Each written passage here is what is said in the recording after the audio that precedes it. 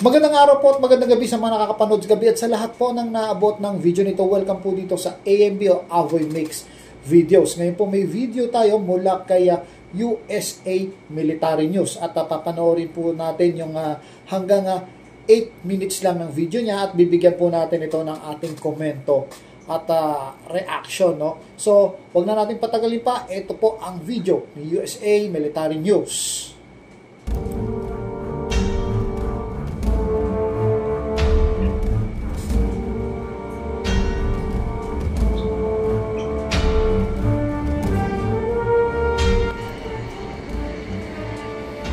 Kung inyo pong nakikita, no, ito po ay isang napakalaking barko, no, na ang laman ay puro military equipment mula po sa USA, no.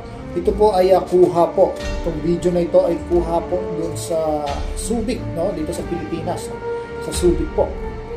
At makikita po natin dito na isa-isa po nila ang ibinababa yung military equipment na ito na ang sabi nila ay gagamitin po nila sa ating tinatawag ng military exercises sa mga parating, ano?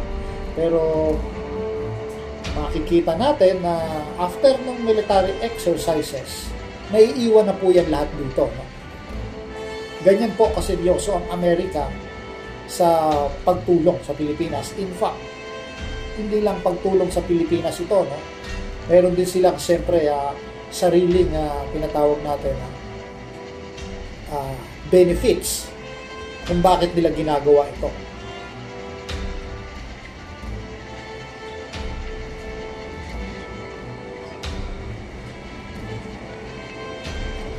Yan po yung kanilang mga military vehicle, mga tanki po ito, no? Tingin ko ito ay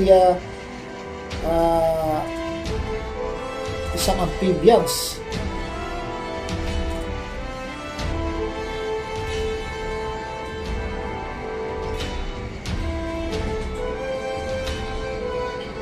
Dito po ay ramdam po natin, no, yung tinatawag na parang may mangyayari na hindi natin magugustuhan, o yung tinatawag na gera, no? Gera po kung saan ay sangkot ang China at ang USA. At siyempre, gera din po ito ng Allied powers, no? Kung saan ang membro ng Allied Powers ay Japan, Philippines, at iba pa, no? So marami po ang membro ng Allied Powers, Australia, at maging ang iba pang malalaking bansa kasama ang United Kingdom.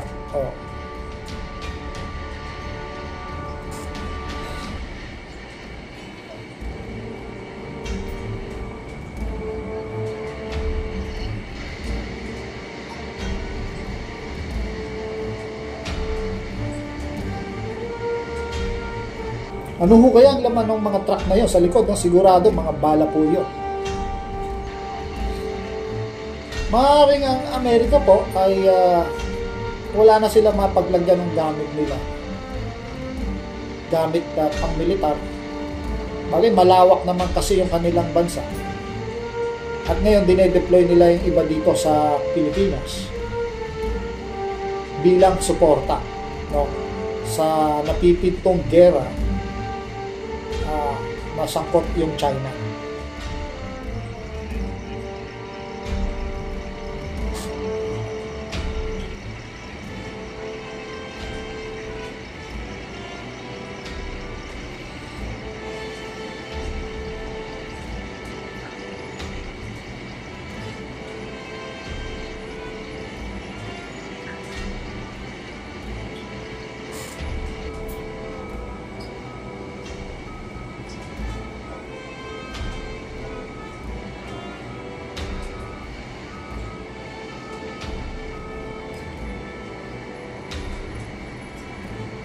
Grabe po, no? Hindi po biro yung dami ng mga binababang yan, no? Hindi natin alam kung ito ay dalawang barko pa, no?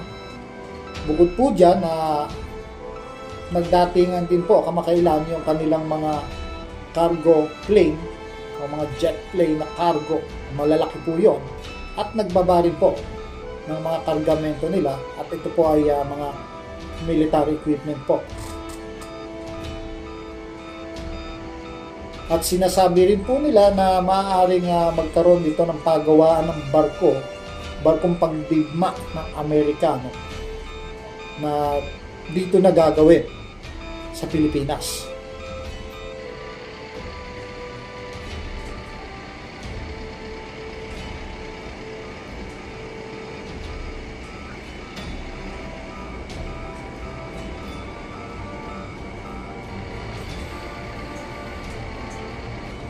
Kagaya ng isang to, ibang ano naman to iba yung barko kanina at iba naman itong barkong ito. So, nangangahulugan lang, hindi po basta isang barko lang yung dumating.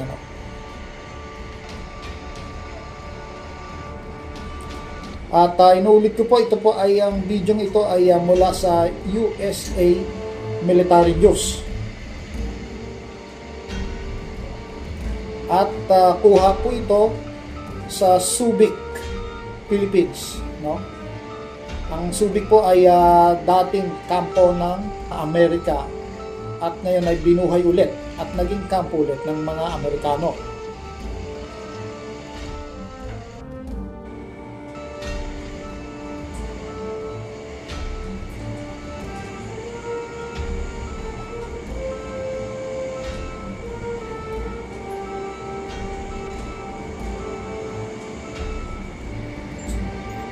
May natira pa kaya sa kanila kung halos lahat ay dalhin nila rito?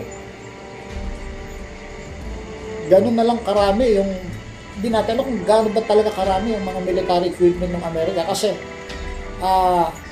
naglagak din sila sa Japan at panigurado nagbigay din sila dito sa Australia, no? Naglagay din sila ng kanilang military equipment dyan, maging sa Guam siguro at saka sa Hawaii, no? Alam natin na napakarami pong military installation ng Amerika sa Pacific.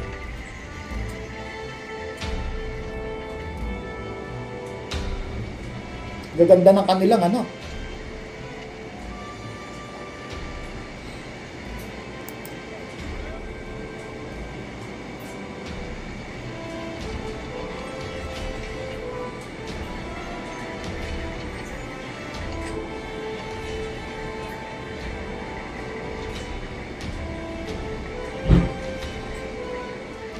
So hanggang dito na lang po ang ating video at napakahaba po ng video nito. Puputulin na po natin dito at aasahan ko po sa inyo ang inyong comment dyan sa comment box, no?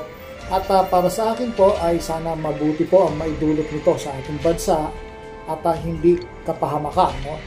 At ano man ang mangyari ay palagay ko itong ginagawa ng American ito ay malaking tulong po, at nang sa gayon hindi po tayo nabubuli ng mga karating bansa, kung sino may malalaking bansa dyan na may balak na masama na sakupin ng Pilipinas, no? Sa akin po, paulit-ulit ko pong pinapaalala sa inyo na manatili po tayo sa ating pananalangin nang sa gayon ay may iwas yung ating bansa sa tinatawag natin na mga kapahamakan o yung mga gera na ito, no? So, eto po, hanggang dito lang po at maraming salamat po.